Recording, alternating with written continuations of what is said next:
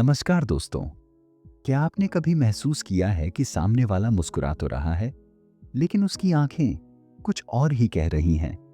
क्या आपने कभी सोचा है कि कुछ लोग कमरे में आते ही माहौल पढ़ लेते हैं और कुछ लोग सालों साथ रहने के बाद भी इंसानों को समझ नहीं पाते?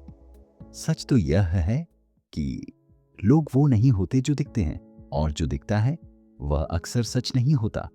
हम सब मास्क पहनकर जीते हैं। ऑफिस में एक चेहरा, तो दोस्तों के बीच दूसरा, सोशल मीडिया पर तीसरा, और जब हम अकेले होते हैं तब शायद चौथा। लेकिन अगर कोई ऐसा तरीका हो जिससे आप इन चेहरों के पीछे छिपे असली इरादों को पढ़ सकें, बिना पूछे, बिना टकराव के, बस देखकर, सुनकर और महसूस करके, यही है इस किताब का सार। How to read anyone instantly, Nietzsche's 18 psychological truths. इस किताब में जो 18 साइकोलॉजिकल ट्रूथ्स बताए गए हैं, वे सिर्फ व्यवहार नहीं सिखाते, वे इंसानों की परतें खोलते हैं। यह आपको सिखाता है कि लोग क्या कहते हैं से ज्यादा क्यों कहते हैं, वे क्या करते हैं से ज्यादा किस डर, किस इच्छा, किस असुरक्षा से करते हैं। और सबसे दिलचस्प बात, जितना आप दूसरों को पढ़ना सीखते हैं, उतना ही आप खुद को समझने लगते हैं। क्योंकि हर बार जब आप किसी की आलोचना सुनते हैं, जब कोई आपको इग्नोर करता है, जब कोई आपकी तारीफ करता है, उसके पीछे एक मनोवैज्ञानिक खेल चल रहा होता है। और अगर आप उस खेल को समझ गए, तो आप भावनाओं के शिकार नहीं, उनके मालिक बन जाते हैं। आज की इस सीरीज में हम इस किताब के हर अध्याय को गहराई से समझेंगे, लेकिन यह कोई सूखी थ्योरी नहीं होगी। हम इसे असली जिंदगी के उदाहरणों से जोड़ेंगे, रिश्तों में, ऑफिस में, दोस्ती में, और यहां तक कि सोशल मीडिया की दुनिया में भी। तो अगर आप तैयार हैं लोगों को सिर्फ देखना नहीं, बल्कि पढ़ना सीखने के लिए, तो चलिए शुरू करते हैं। चैप्टर 1, लोग मुखौटे पहनते हैं। हम सब अलग अलग जगहों पर अलग अलग चेहरे पहनते हैं। ऑफिस में प्रोफेशनल, दोस्तों के बीच कूल, परिवार के सामने जिम्मेदार, और सोशल मीडिया पर परफेक्ट। लेकिन असली चेहरा कौन सा है? सच ये है कि इंसान पहले खुद को सुरक्षित रखता है, सच बाद में दिखाता है। जब कोई हर समय मुस्कुराता है, हर बात पर सहमत होता है, तो जरूरी नहीं कि वह सच में वैसा ही हो। कई बार वह अस्वीकृति के डर से या फायदा पाने के लिए एक मुखौटा पहने होता है। किसी को पढ़ना है तो उसके शब्द नहीं, उसके पैटर्न देखिए। दबाव में वह कैसा बदलता है, जब उसे कोई लाभ नहीं मिलता तब उसका व्यवहार कैसा होता है। यहीं से असली चेहरा झलकता है। और याद रखिए, हम भी मास्क पहनते हैं। दूसरों को पढ़ने से पहले अपने मुखौटे पहचानना जरूरी है।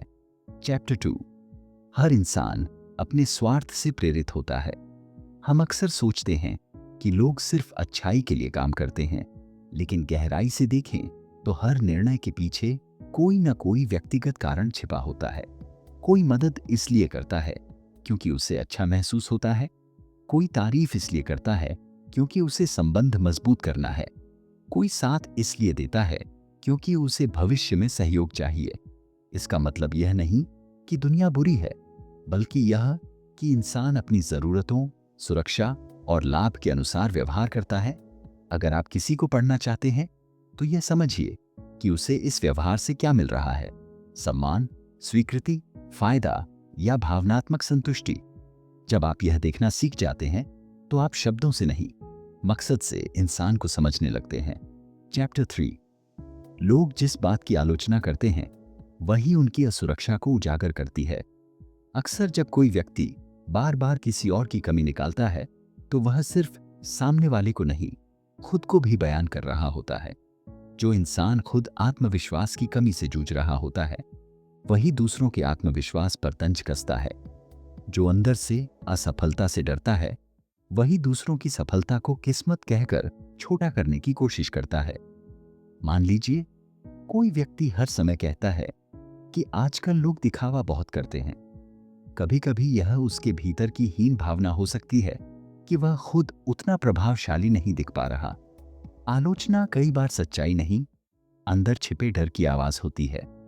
अगर आप किसी को पढ़ना चाहते हैं, तो उसकी शिकायतों को ध्यान से सुनिए। वह जिन बातों पर सबसे ज्यादा प्रतिक्रिया देता है, वही उसके भीतर की सबसे बड़ी असुरक्षा होती है। जब आप यह समझ जाते हैं तो आप आलोचना से टूटते नहीं, बल्कि उसे समझकर आगे बढ़ते हैं। चैप्टर 4। शक्ति व्यवहार को संचालित करती है। हर इंसान किसी न किसी रूप में ताकत चाहता है। यह ताकत हमेशा पद या पैसे की नहीं होती। कई बार यह प्रभाव की होती है, नियंत्रण की होती है, या सिर्फ यह एहसास कि मेरी बात मानी जा रही है। ऑफिस में कोई अपनी पोजीशन दिखाकर बोलता है, रिश्तों में कोई चुप रहकर दूसरे को असहज करता है, दोस्तों के बीच कोई मजाक के नाम पर दूसरों को छोटा दिखाता है। ये सब शक्ति के सूक्ष्म खेल हैं। मान लीजिए दो लोग बातचीत कर रहे हैं, एक लगातार बीच में रोकता है, अपनी राय थोपता है, और आखिरी शब्द उसी का होना चाहिए। यह सिर्फ बातचीत नहीं, नियंत्रण की इच्छा है। जब आप लोगों को पढ़ना सीखते हैं तो आप देखते हैं कि वे कहां ताकत पाने की कोशिश कर रहे हैं। जो व्यक्ति खुद को कमजोर महसूस करता है वही अक्सर बाहरी नियंत्रण से संतुलन खोजता है। इंसान के व्यवहार को समझना है तो यह देखिए कि वह कहां प्रभाव चाहता है और क्यों। वहीं उसकी असली मनोवैज्ञानिक दिशा छिपी होती है। चैप्टर 5। डर तर्क से ज्यादा नियंत्रण करता है। हम खुद को तार्किक इंसान समझते हैं। हमें लगता है कि हम फैसले सोच समझ कर लेते हैं, लेकिन सच ये है कि ज्यादातर फैसले पहले डर से बनते हैं, फिर दिमाग उन्हें सही साबित करने की कहानी गढ़ देता है। किसी को नौकरी बदलनी है, मौका अच्छा है, सैलरी बेहतर है, फिर भी वह रुक जाता है। क्यों? तर्क कहता है आगे बढ़ो, डर कहता है अगर असफल हो गए तो। किसी रिश्ते में इंसान अपमान सहता रहता है। वह जानता है कि यह गलत है, लेकिन अकेले रह जाने का डर उसे रोक देता है। डर हमें सुरक्षित महसूस कराता है, भले ही वह सुरक्षा झूठी ही क्यों ना हो। अगर आप किसी को पढ़ना चाहते हैं तो उसके शब्द नहीं, उसके डर पहचानिए। वह किस चीज से बच रहा है, वह किस जोखिम से भाग रहा है। अक्सर इंसान जो चुनता है वह सही नहीं होता, बस कम डरावना होता है। जब आप यह समझ जाते हैं तो लोगों के फैसले अचानक समझ आने लगते हैं।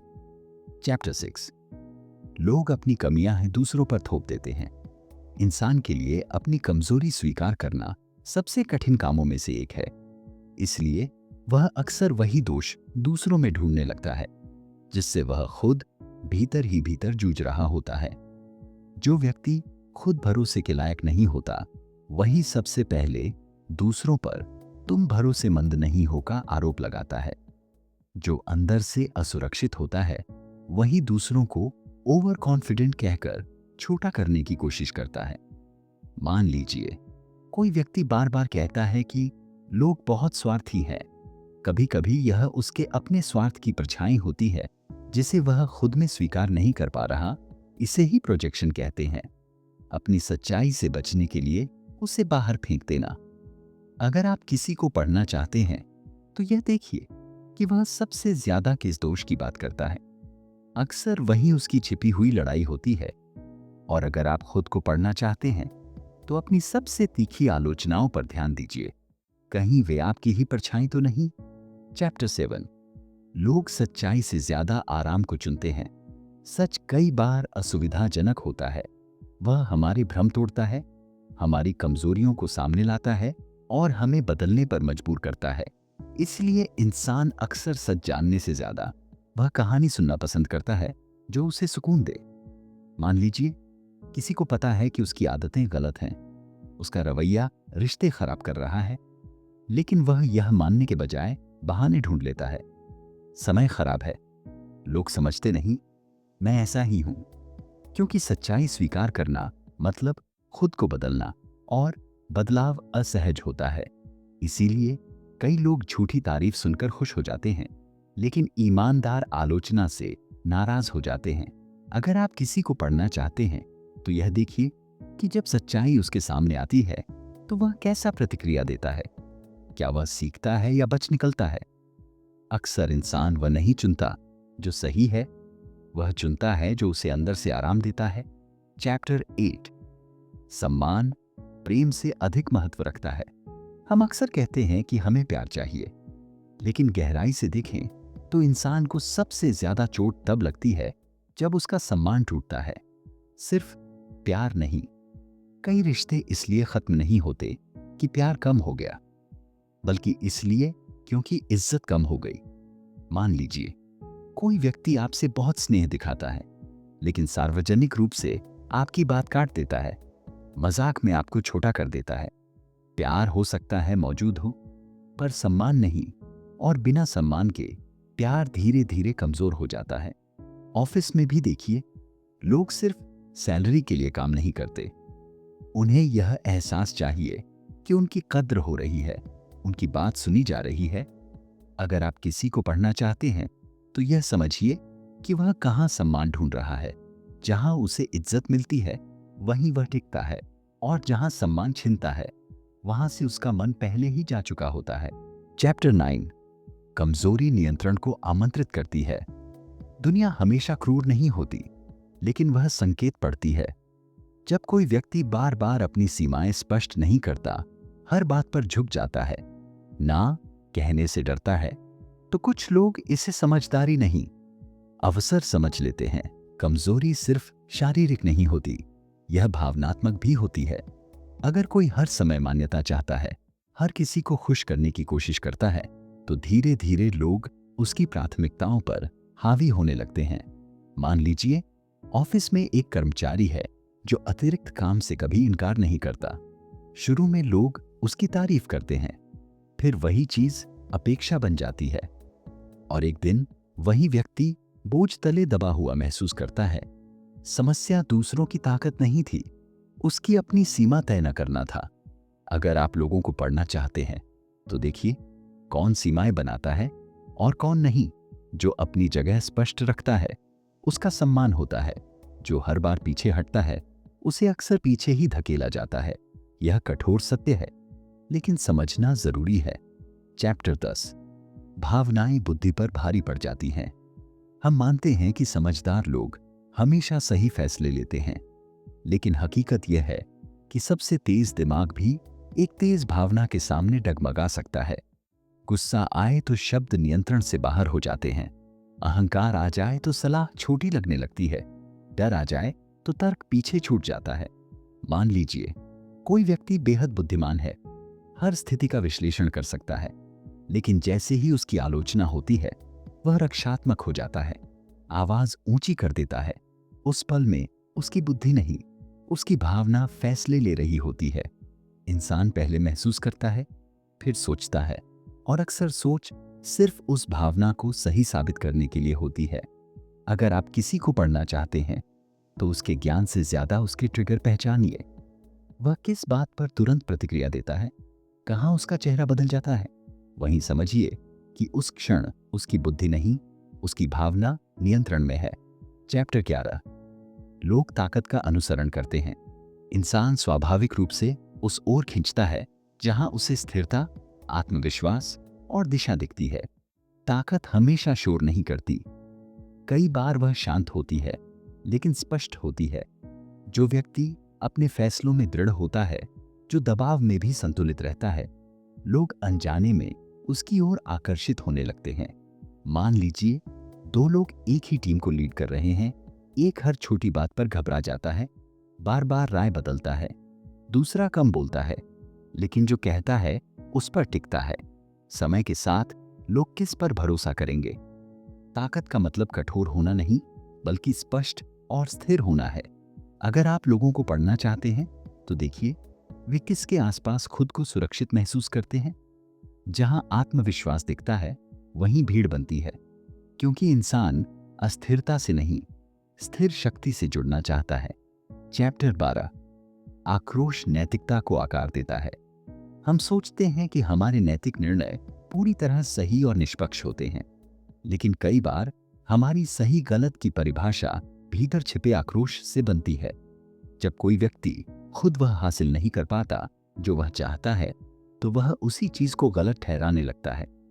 मान लीजिए कोई सफलता नहीं पा सका, तो वह कह सकता है कि पैसा कमाने वाले लोग लालची होते हैं। कभी कभी यह नैतिक बयान कम और भीतर की जलन ज्यादा होता है। इंसान अपने दर्द को स्वीकार करने के बजाय उसे सिद्धांत बना लेता है, और धीरे धीरे वही सिद्धांत उसकी नैतिकता बन जाता है। अगर आप किसी को पढ़ना चाहते हैं तो यह देखिए कि उसकी सबसे कठोर मान्यताएं किस अनुभव से जन्मी हैं। अक्सर जहां सबसे ज्यादा गुस्सा होता है वहीं कोई अधूरा सपना या पुरानी चोट छिपी होती है। जब आप यह समझ लेते हैं तो लोगों की नैतिक बातें सिर्फ नियम नहीं लगती, वे उनके अंदर की कहानी लगने लगती हैं। चैप्टर 13, अकेलापन असली चरित्र उजागर करता है। जब इंसान भीड़ में होता है तो वह भूमिका निभाता है, वह समाज के हिसाब से बोलता है, व्यवहार करता है और अपनी छवि को संभालता है। लेकिन जब वह अकेला होता है, बिना दर्शकों के, बिना प्रशंसा के, बिना किसी दबाव के, तब उसका असली स्वभाव सामने आता है। अकेले समय में वह क्या करता है? क्या वह खुद को बेहतर बनाने में लगाता है या सिर्फ ध्यान भटकाने में? क्या वह अपनी गलतियों पर सोचता है या दूसरों को दोष देता है? मान लीजिए दो लोग हैं, एक अकेलेपन को विकास का समय बनाता है, दूसरा उसी समय में शिकायतों को दोहराता रहता है। भीड़ में दोनों समान दिख सकते हैं, लेकिन अकेलेपन में उनका चरित्र अलग हो जाता है। अगर आप किसी को पढ़ना चाहते हैं तो यह समझिए कि वह अकेले रहने से क्यों डरता है या क्यों सहज है। क्योंकि इंसान जब अकेला होता है तब वह अभिनय नहीं करता, वह वही होता है जो वह सच में है। चैप्टर 14, पीड़ा जागरूकता पैदा करती है। जब सब कुछ आसान चल रहा होता है तब इंसान ज्यादा गहराई से नहीं सोचता। सुख हमें आराम देता है, लेकिन दर्द हमें जगाता है। अक्सर सबसे बड़े सबक खुशी नहीं, कठिन अनुभव सिखाते हैं। जब भरोसा टूटता है तब हम लोगों को पढ़ना सीखते हैं। जब असफलता मिलती है तब हम अपनी कमजोरियां पहचानते हैं। मान लीजिए कोई व्यक्ति हमेशा सफल रहा, उसे अपनी सीमाओं का अंदाजा नहीं, लेकिन एक असफलता उसे अपने फैसलों, अपने घमंड, अपनी तैयारी, सब पर दोबारा सोचने पर मजबूर कर देती है। दर्द उसे तोड़ता नहीं, अगर वह समझे तो उसे जागरूक बना देता है। अगर आप किसी को पढ़ना चाहते हैं तो देखिए उसने अपनी पीड़ा के साथ क्या किया।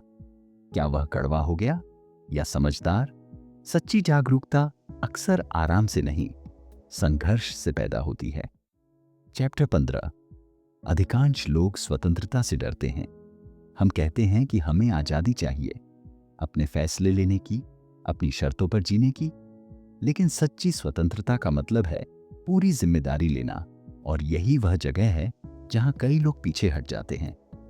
जब तक हम किसी और को दोष दे सकते हैं, परिस्थितियों को, परिवार को, सिस्टम को, तब तक हम सुरक्षित महसूस करते हैं, क्योंकि तब असफलता हमारी नहीं होती। लेकिन जैसे ही आप सच में स्वतंत्र होते हैं तब हर परिणाम आपका होता है। मान लीजिए किसी को अपना काम शुरू करने का मौका मिलता है। वह सालों से शिकायत कर रहा था कि नौकरी में सम्मान नहीं मिलता। अब जब फैसला लेने का समय आता है वह रुक जाता है। क्यों? क्योंकि स्वतंत्रता के साथ जोखिम जुड़ा है, और जोखिम के साथ जवाबदेही। अगर आप किसी को पढ़ना चाहते हैं तो देखिए वह कितनी बार दूसरों को दोष देता है। अक्सर जो स्वतंत्रता की बात सबसे ज्यादा करता है वही भीतर से उसकी जिम्मेदारी से डरता है। सच्ची आजादी आसान नहीं होती, वह साहस मांगती है। चैप्टर 16, मौन एक शक्ति है। हर स्थिति में प्रतिक्रिया देना जरूरी नहीं होता। कई बार जो व्यक्ति तुरंत जवाब देता है वह अपनी भावनाओं के नियंत्रण में होता है, लेकिन जो चुप रहता है वह परिस्थिति को पढ़ रहा होता है। मौन कमजोरी नहीं है अगर वह जागरूकता से चुना गया हो। मान लीजिए कोई आपको उकसाने की कोशिश करता है, आपकी आलोचना करता है ताकि आप भावुक होकर प्रतिक्रिया दें। अगर आप उसी पल शांत रहते हैं तो खेल बदल जाता है। उसे वह प्रतिक्रिया नहीं मिलती जिसकी उसे उम्मीद थी, और वहीं से आपकी मानसिक बढ़त शुरू होती है। मौन आपको देखने का समय देता है, लोगों के हाव भाव, उनकी बेचैनी, उनके असली इरादे। अक्सर जो कम बोलता है वही ज्यादा समझता है। अगर आप किसी को पढ़ना चाहते हैं तो उसकी चुप्पी को भी सुनिए। कभी कभी शब्द सच छुपाते हैं और मौन सच उजागर करता है। चैप्टर 17, दोहराव विश्वास को प्रकट करता है। इंसान जो बात बार बार बोलता है वह सिर्फ शब्द नहीं होते, वह उसके भीतर की मान्यता होती है। कभी ध्यान दीजिए, कुछ लोग हर बातचीत में कहते हैं मुझसे नहीं होगा, आजकल किसी पर भरोसा नहीं, या दुनिया बहुत खराब है। यह सिर्फ आदत नहीं, उनका अंदरूनी विश्वास है जो बार बार बाहर आ रहा है। मान लीजिए कोई व्यक्ति हर समय अपनी ईमानदारी का जिक्र करता है। संभव है कि वह खुद उसी बात को लेकर असुरक्षित हो, क्योंकि जो सच में स्थिर होता है उसे बार बार साबित करने की जरूरत नहीं पड़ती। अगर आप किसी को पढ़ना चाहते हैं तो उसके दोहराए जाने वाले वाक्य पकड़िए, वहीं उसकी सोच की जड़ छिपी होती है। इंसान वही दोहराता है जिस पर वह सबसे गहराई से विश्वास करता है, चाहे वह विश्वास उसे आगे बढ़ा रहा हो या रोक रहा हो। चैप्टर 18। समय के साथ लोग स्वयं को प्रकट कर देते। शुरुआत में हर कोई अपने सबसे अच्छे रूप में दिखता है। रिश्तों में, दोस्ती में, काम में लोग प्रभाव डालना चाहते हैं, लेकिन अभिनय हमेशा नहीं चलता। समय के साथ आदतें स्थायी हो जाती हैं और असली स्वभाव धीरे धीरे बाहर आने लगता है। कोई व्यक्ति शुरू में बहुत विनम्र लगता है, लेकिन जैसे ही उसे सुविधा मिलती है उसका व्यवहार बदल जाता है। कोई शुरुआत में बहुत उत्साही होता है, पर जिम्मेदारी आते ही पीछे हट जाता है। पैटर्न हमेशा शब्दों से ज्यादा सच्चे होते हैं। अगर आप किसी को पढ़ना चाहते हैं तो जल्दबाजी मत कीजिए, लोगों को समय दीजिए। देखिए वे लगातार क्या दोहराते हैं, दबाव में कैसे बदलते हैं और लाभ मिलने पर कैसे व्यवहार करते हैं। क्योंकि इंसान एक दिन में नहीं खुलता, वह समय के साथ खुद को प्रकट करता है, और जो धैर्य से देखता है वही सच पहचानता है। तो ये थे how to read anyone instantly, नीचेस साइकोलॉजिकल ट्रूथ्स के 18 मनोवैज्ञानिक सत्य। अब सवाल ये नहीं है कि लोग कैसे हैं, सवाल ये है कि अब आप उन्हें कैसे देखेंगे। क्योंकि एक बार जब आप मास्क, डर, स्वार्थ, शक्ति, मौन और पैटर्न को पहचानना सीख जाते हैं तो दुनिया वैसी नहीं दिखती जैसी पहले दिखती थी। आप तुरंत प्रतिक्रिया देना बंद कर देते हैं, आप शब्दों से आगे जाकर इरादे पढ़ने लगते हैं, और सबसे बड़ी बात, आप खुद को भी नए नजरिए से समझने लगते हैं। याद रखिए, लोगों को पढ़ना उन्हें नियंत्रित करने के लिए नहीं है, यह खुद को भ्रम, भावनात्मक जाल और अनावश्यक दर्द से बचाने के लिए है। समझदारी वही है जहां जागरूकता हो, लेकिन अहंकार न हो। अगर इस सीरीज ने आपके सोचने का तरीका थोड़ा भी बदला है तो इसे यहीं मत छोड़िए। इन सत्यों को अपनी रोजमर्रा की जिंदगी में देखिए, परखिए, महसूस कीजिए, क्योंकि असली ज्ञान सुनने से नहीं, लागू करने से आता है। अगर आपको यह वीडियो सार्थक लगा हो तो इसे उन लोगों के साथ साझा कीजिए जो इंसानों को बेहतर समझना चाहते हैं। और अगली बार जब आप किसी से मिले तो सिर्फ चेहरा मत देखिए, कहानी पढ़िए। हम फिर मिलेंगे एक नई किताब, एक नई सोच के साथ। तब तक खुश रहिए और सीखते रहिए। धन्यवाद।